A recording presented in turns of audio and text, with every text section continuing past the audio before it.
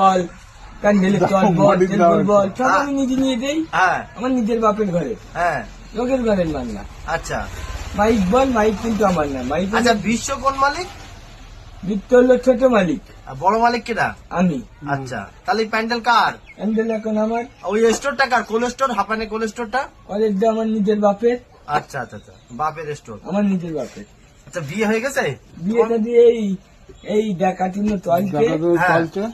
এই বিয়ে এই জানলাই শুক্রবারে বিয়ে। শুক্রবারে? কিছু দেবেনি ওরা বিয়েতে নাকি? বিয়েতে ওই মেয়ের বাপের কাছে দাবি করেছি দুটো জেনারেটর নেবো। দুটো জেনারেটর?